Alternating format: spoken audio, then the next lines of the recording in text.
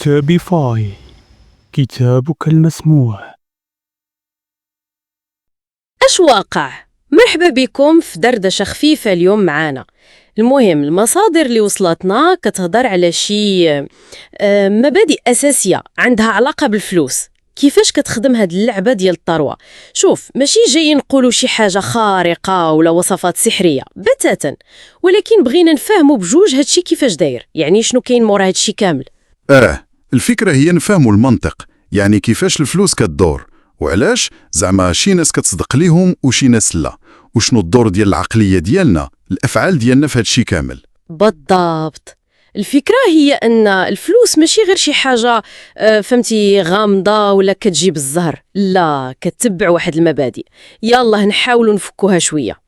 وقبل ما نبداو، إلا عجبكم هادشي اللي كنديرو ديروا ديك الاشتراك وضغطوا على الجرس باش تبقاو ديما توصلوا بالجديد. اوكي، نبداو بأول نقطة كتبان ليا مهمة بزاف.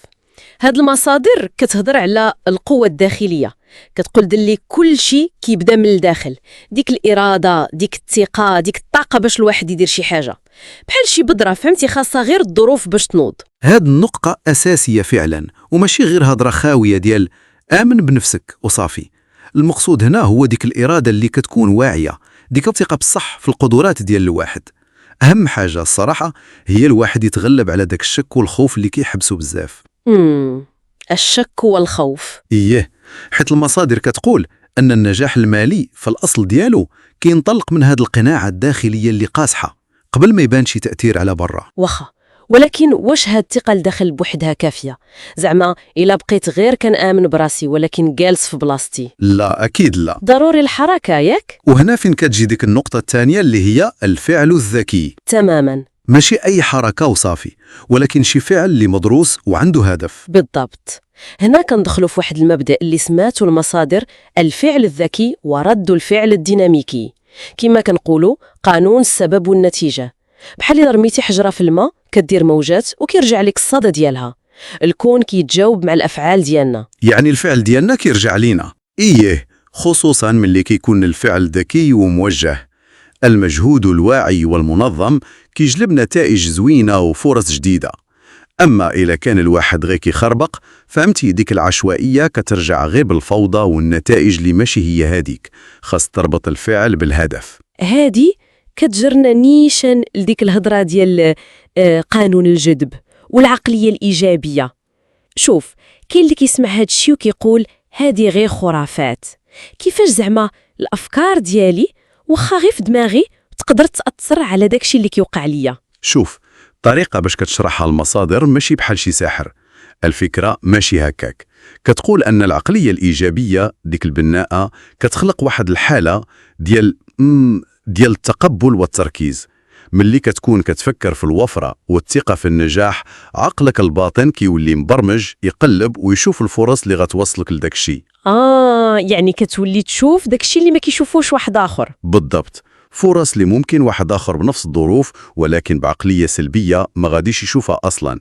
والعكس صحيح، التفكير ديما في النقص والمشاكل كيخليك مركز غير على السلبيات وكيعميك على الإمكانيات. ماشي جذب خارق، ولكن توجيه للتركيز والطاقة الداخلية. مفهومة هذه العقلية تتوجه الفعل، ومادام هدرنا على الفعل، النقطة اللي موراها كتبان ضرورية، الإصرار، وأن الواحد ما يملش دغيا يكمل وخا الصعوبات. ولكن ماشي غير الإصرار بوحدو ياك، المصادر كتركز حتى على المعرفة المستمرة، والواحد يبقى ديما يتعلم.